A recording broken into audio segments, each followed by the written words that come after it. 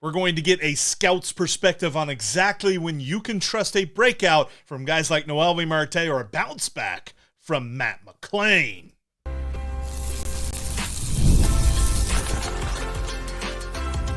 You are Locked On Reds, your daily Cincinnati Reds podcast, part of the Locked On Podcast Network, your team every day. Welcome into Locked On Reds. Locked On Reds is part of the Locked On Podcast Network. We are your team, your Reds, every single day. And we are now the #1 sports podcast network in the country. Thank you so much for helping us with all of that, getting going here. When it comes to the Cincinnati Reds, I'm a lifelong fan. Hi, my name is Jeff Carr. I've been hosting this podcast now going on my 8th season, and we will be joined here by Reds scout Tyler Gibbons in just a moment to talk about exactly when you can trust a bounce back or a breakout in terms of Matt McLain or Noelvi Marte. And we'll see all of that as it kind of unfolds in spring training here very, very soon. Speaking of spring training, we'll really dive into what we as fans can look for, because it's not about the statistics at all, although those help. And then we'll talk about a couple of key prospects, including Edwin Arroyo and Alfredo Duno. And we got a great conversation about scouting, catching, coming up here in just a little bit with Tyler. All right, back again for some more torture. I mean, good conversation. He's Tyler Gibbons. He's Reds scout, and he's been with us before and talked some Reds baseball with us. And before we really dive into the spring training of it all and a couple of guys that we really want to see bounce back, Tyler, I do want to know, what are you playing in the brass band? Looks like they're looking for an alto sax, tenor sax, a couple of different sax. One was a trumpet, a bass. You kind of seem like a trombone guy. You're a trombone guy? Trombone, junior high. Yep, that was the instrument. Seemed like it was the most fun. And then as soon as that class was no longer mandatory, so I think I'll stick with the sports side of it all. I was a trumpet back in junior high as well. And yeah, once it stopped being mandatory, I stopped playing that instrument. But no, I did see that you're going to have a brass band on Fridays and Saturdays at Great American Ballpark. Going to be hopping. Going to feel like, I don't know, Beale Street and Memphis, or, I don't know, something. New Orleans, something. It's going to be fun. Yeah. Hopefully when we're on a roll and we got everything going, it'll be nice, especially you walk in early and that kind of stuff. You got the band playing. I feel like that's a good background to go with you. I like it.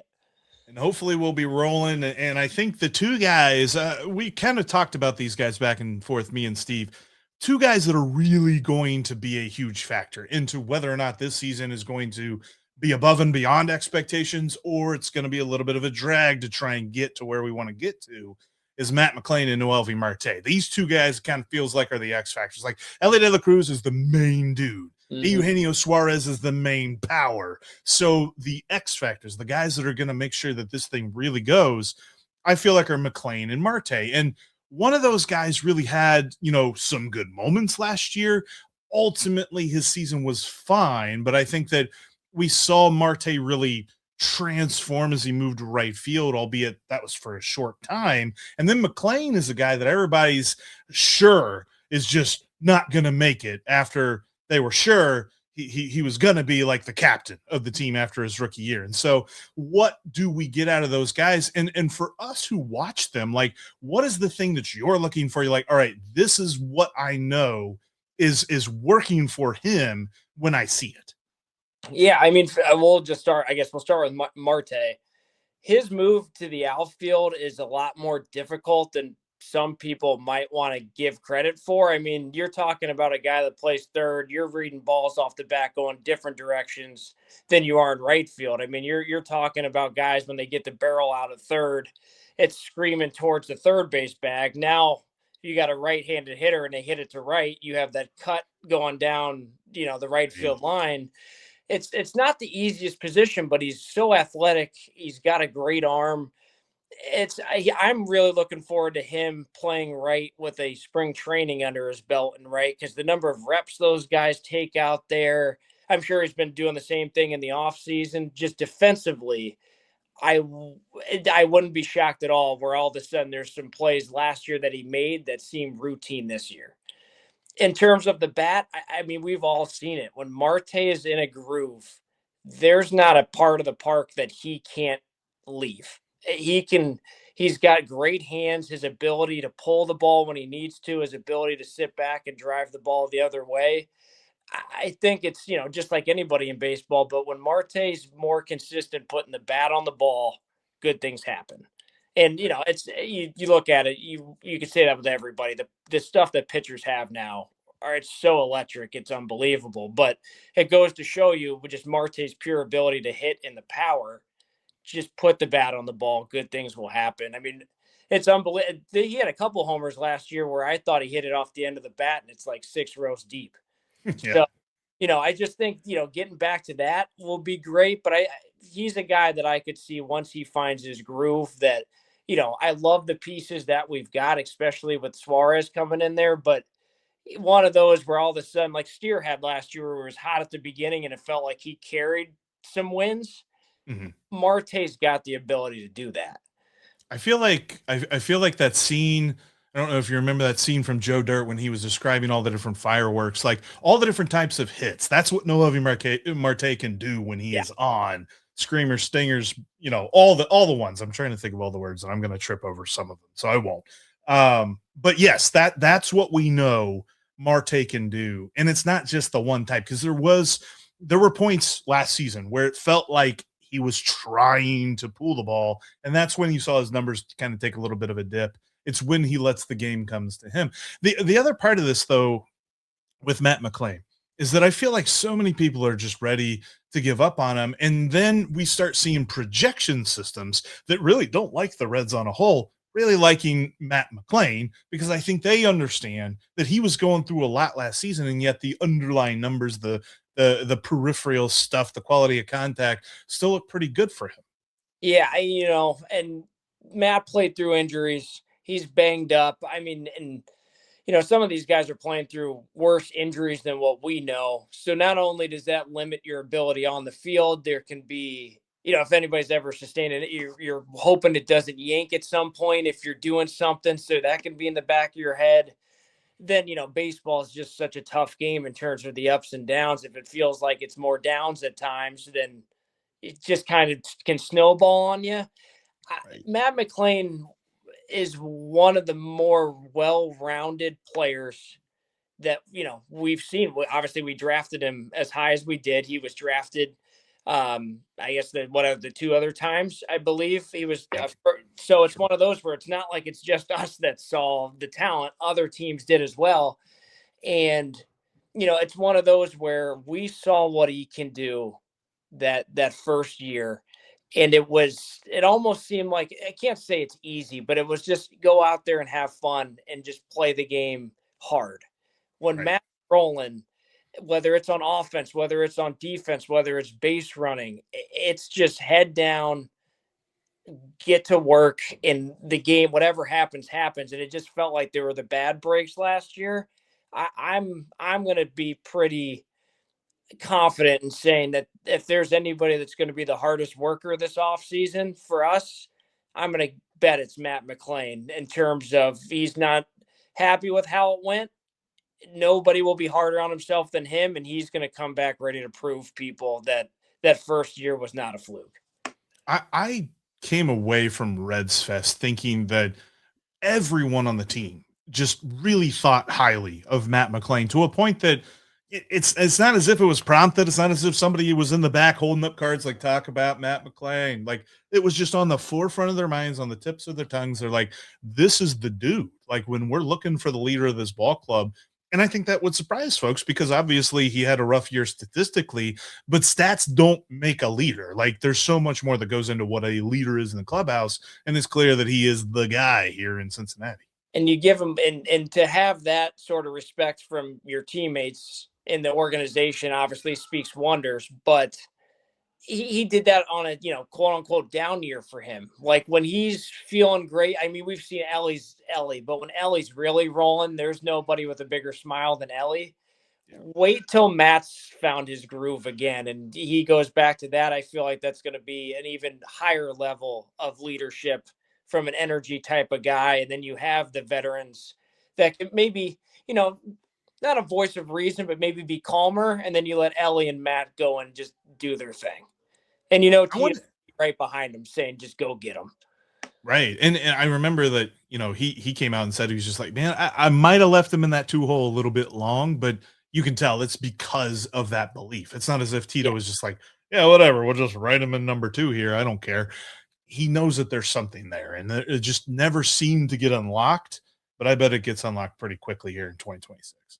Yeah, I think, baseball's such an unforgiving game, but, who knows what happens next year. All of a sudden, those, few jam shots that get caught over the shortstop's head or second base, those bleed in this year. And those are the starts the rally or keeps the rally going, whether it's McLain or anybody else in terms of just obviously we made the playoffs. It was great, but there were a couple of games that you walked away from like just one more like foot to the left, and that's a different ball game at the end of the day. And hopefully we can get on the right side of that, in those situations again.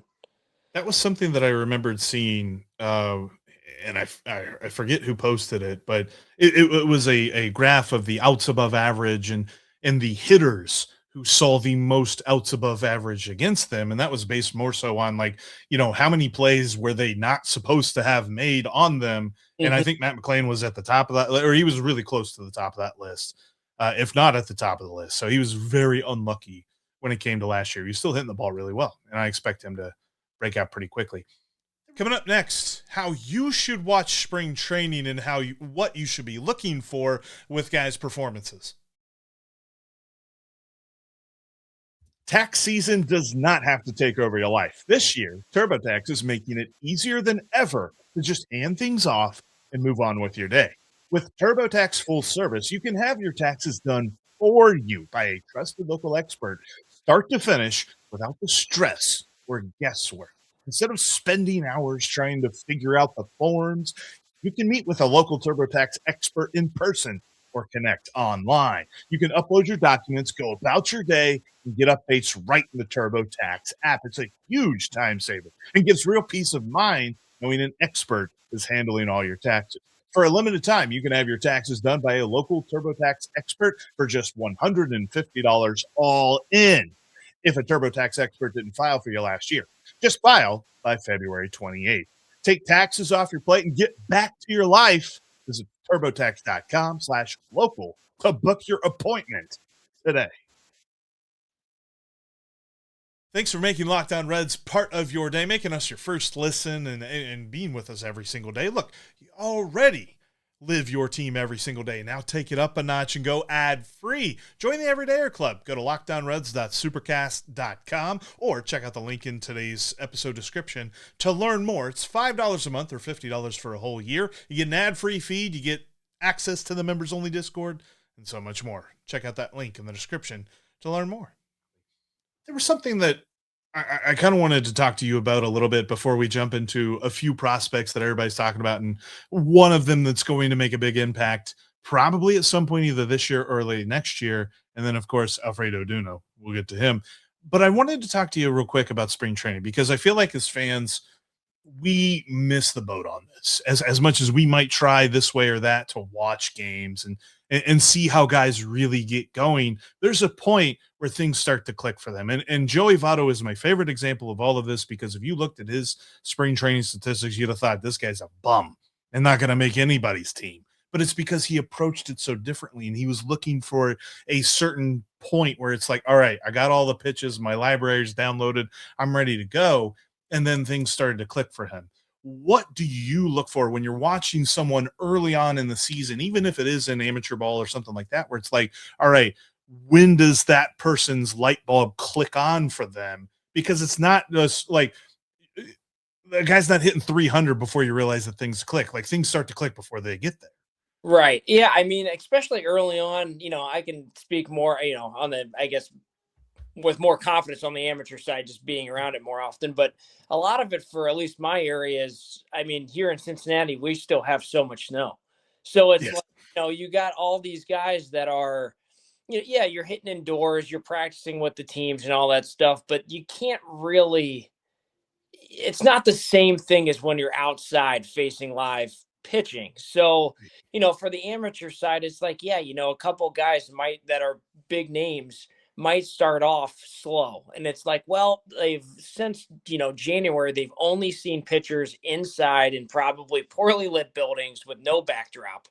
And it's one of those where it's like, hey, I get it at the beginning of the year. Maybe for me, it's like, are the swing decisions correct? Are they chasing pitches? Are they seeing it well out of the hand and maybe the timing's just off? Something along those lines where you're like, hey, like we have history with this kid. It's once he finds his groove, he's going to find his groove.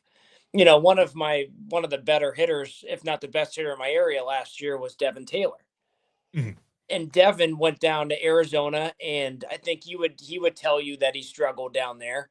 And he went out from the snow of Bloomington and then went down and faced like Oregon State and a few of these teams that had some really good pitching. And I think, maybe the team as a whole struggled. And then you look up with, a month later in the season and Devin's hitting like 380.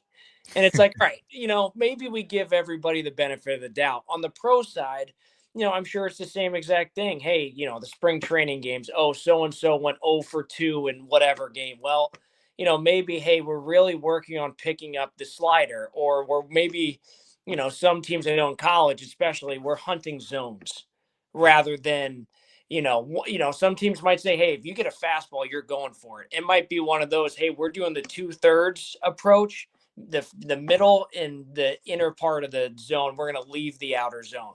Some guys might just be working on that pitch identification.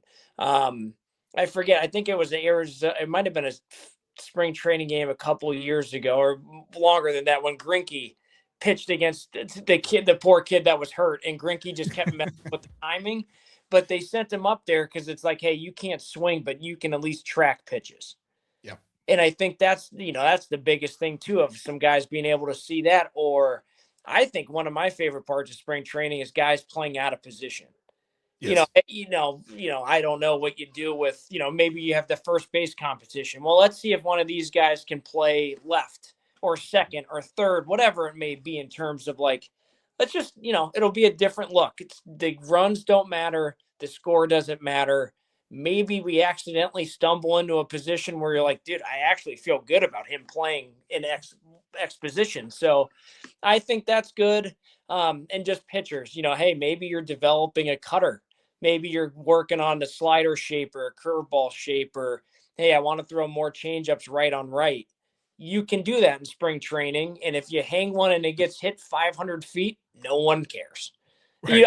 You want to be able to punch everybody out, but if I don't know, if Hunter has, he loses his feel for a splitter for a couple of days. He goes out there and throws, 9 splitters in an inning, whether they know it's coming or not. It's like, that's all that matters, is we're just getting feel for stuff. So exactly. Yeah, spring training's good, especially for, it's fun. It's going to be fun seeing Suarez in a Reds jersey again.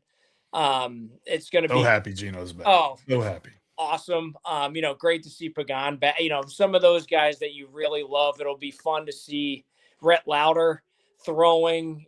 Chase Burns is electric every time he is on there, but it's fun to watch some of the younger guys get a chance to get up there and, just get a couple of at-bats, even if it's young arms, just to see prospects that we've, really come to enjoy and be proud of get their chance, even if it's for a couple innings. It's like, that's a dream of theirs, to be able to play on the same field as Ellie in a game where the score is actually counted, not just a backfield game.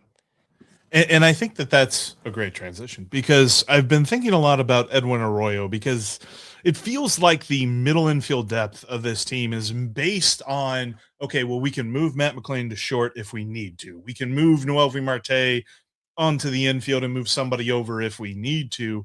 There's not necessarily that guy that's right there behind everybody ready to step off the bench and onto the field. It's going to be a lot of maneuvering. And so Edwin Arroyo kind of feels like the next man up. And for years, we have heard his glove is major league ready and his bat is not. What has kind of been the consensus on him, just seeing him as he's moved through? Because he dealt with the injury and it seems like he's kind of come back a little bit, but he's never going to be that like high power guy. Is the bat where everybody kind of wants it to be at this point? I think, you look up, the numbers ended up being good in terms of, hitting for average, and not every guy has, 25 home run power. That's fine. If you're having quality at bats, the average was, I think it was right around the 289, 290, which, the game has obviously changed from the 300 plus hitters to, I will happily take the guy that hits 40 homers with a 230 average. But, I think his ability, like you said, with the glove and the arm is completely, it allows him to be as versatile as anybody in the system, in terms of he can play all those positions. Mhm. The glove, you have a lot of confidence in. You like the arm. I think that, we on the amateur side, but in the minor leagues in general, you're betting on the athlete. And we always love in the draft, and I know everybody makes the jokes if you can't just draft all shortstops. We get it. But Right. but the best athletes tend to live up the middle of the field. And Right. that's not to kill off the third basemen that can really play defense or whatever, but it's way easier to ask those guys up the middle to transition to a different position rather than, hey, here's a really good bodied, stronger first baseman. It's not going to translate great at shortstop, but you Right. can ask the shortstop, Marte, that's played short at points. Now he's playing right. He can do that. Just the ability to be versatile, to play all those positions. I mean, I'm sure Arroyo's, especially in spring training and in the off season, I'm sure he's fielding ground balls at every one of those positions, just prepped and ready to go for whenever he's needed. That's the interesting part about the philosophy, because I know that there's some folks that have, at least in Reds country, that have been like, man, it does feel like we only draft shortstops. But for a long time, it kind of felt like we took a bunch of third basemen and tried to put them in the middle of the field, i.e. the Mike Moustakas of the world, and we tried to put them at second base. So it's like, I prefer this method as opposed to that method. And moving the athletes around the field. Just what does Alfredo Duno need to do this year as he moves through the minor leagues? And we'll give you a little bit of the scout's perspective on catching coming up next. Watch us on YouTube. You can always listen to us on your favorite podcast app, and that includes your ad-free feed if you sign up over at lockedonreds.supercast.com today. $5 a month, $50 for the whole year. Or, hey, you can also get some discounts if you're a Reds and a Bengals fan, or Reds and a Pacers fan, Reds and a Buckeyes fan, whatever it might be. Discounts for second teams. More details at the link in the show description for that. Make sure you click on that and learn more. The other guy that I kind of wanted to look at for just a moment, because it feels like this is probably the last year of Tyler Stevenson in the Cincinnati Reds uniform. We'll have Jose Trevino for a couple of more years, and whatever the next regime looks like, it's going to be to get to Alfredo Duno. Alfredo Duno is still to the point where I'm not sure that he's on this radar for 2026. Not even necessarily sure he's on 2027's radar, looking more toward 2028, especially with catchers. I know they move differently through minor league systems. They're not like outfielders. They're not even like pitchers.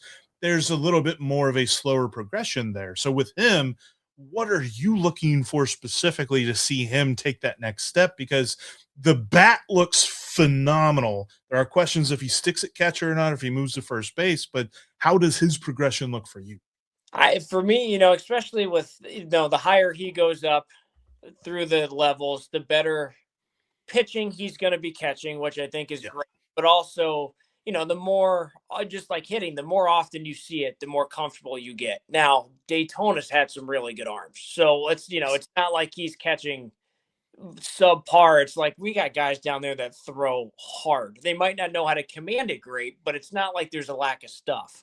I think his ability to progress behind the plate with the catching and throwing, receiving, I think being around some older prospects that have maybe be able to help, learning lessons along the way, bouncing things off of each other. I know, you want everybody to be a big leaguer, but there are some minor league guys that have been in the system for however long that he could really learn from. So I think defensively, as he goes on, I think just reps and being able to do that at all levels will really help improve him with the bat. I mean, it's some of the more crazy raw power, and I mean he's got the baby face to him. I think the bat, the sky's the limit. I think it's just, obviously you want to move guys, you want them to be up there like the Chase Burns and the Louders, where you draft them and you're like, all right, go get them. But I think you just can't, especially the young guys, you can't rush them too quickly for the sake of, you don't want them to get somewhere and all of a sudden the confidence gets knocked down. Because there does become a level in which, double A, I feel like double A is the guys that have some of the best stuff that could be in triple A tomorrow, but maybe the command's not there. Right. Or maybe it's the other way around where the command is elite, but we're still working on adding that third or fourth pitch. I think that's the kind of, progressions that he'll go through. But, he's such a good kid, but the tools are elite. I think you just, you kind of base it on how the success is going. If he's killing it, you move him up, but I don't think you rush him too quickly. And I get with the Stevenson thing, who knows what can happen with that. I mean, obviously I feel like for as long as I can remember, it's been Stevenson behind the plate. Right. But, I don't think, you wouldn't rush him to get him up there and worry of Stevenson leaving, just because if it was a college guy, maybe you're having a different conversation of where he started and whatnot. But with that kind of ceiling, you're hoping whenever he does get up there, then he's up there and you got your guy for however long that may be. What's it? And this has always been a wonder of mine, because it does seem like it's few and far between when guys really catch on. And I'm talking about specifically the catcher position. What is that like to scout at the amateur level? Because I know, like, especially in terms of like different high school players and stuff like that, like a guy the age, because Alfredo Duno came over even younger than that. Like, how do you project that out and just see, okay, from behind the plate, we see these skills and how they might translate further on? Because that to me feels like the hardest position to scout.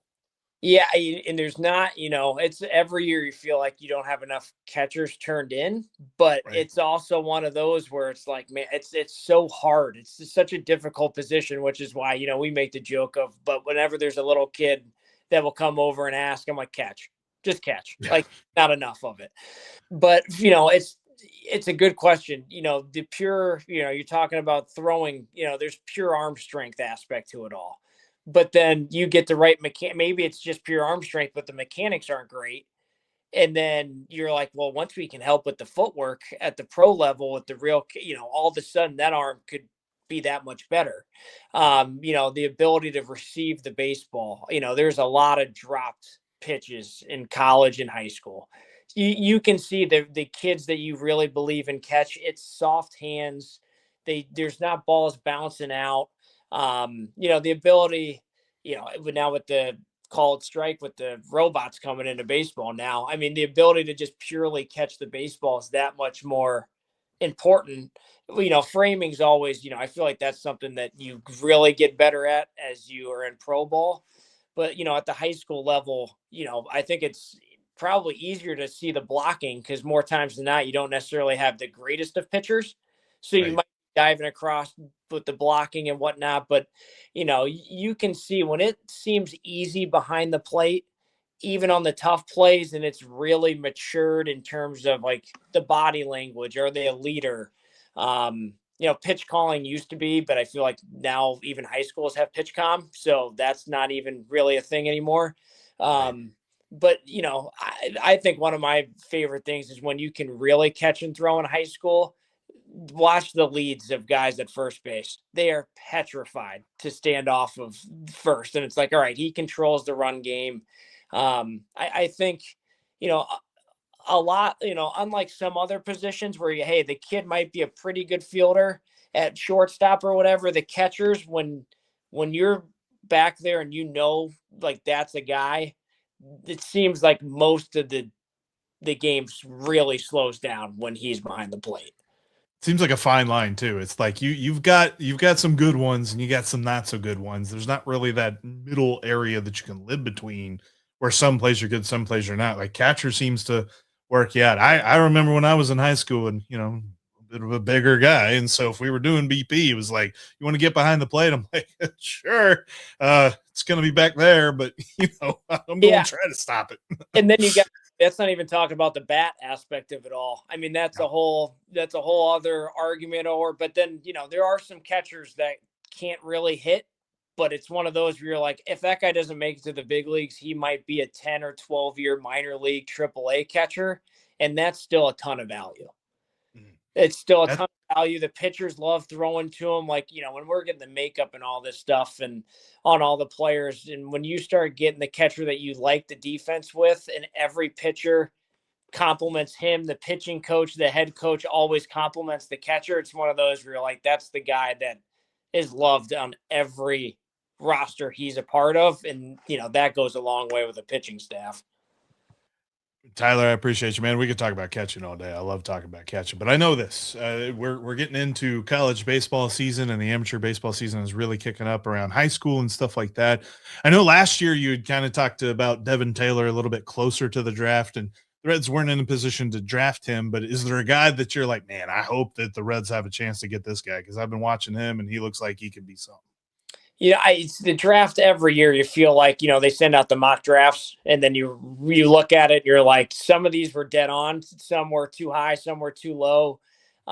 It's, you just hope for me, more than anything, that guys just can stay healthy. It feels like, especially colder weather, it's always funny with the area where all of a sudden after a week, they'll send out the newest mock draft and everybody up north is dead.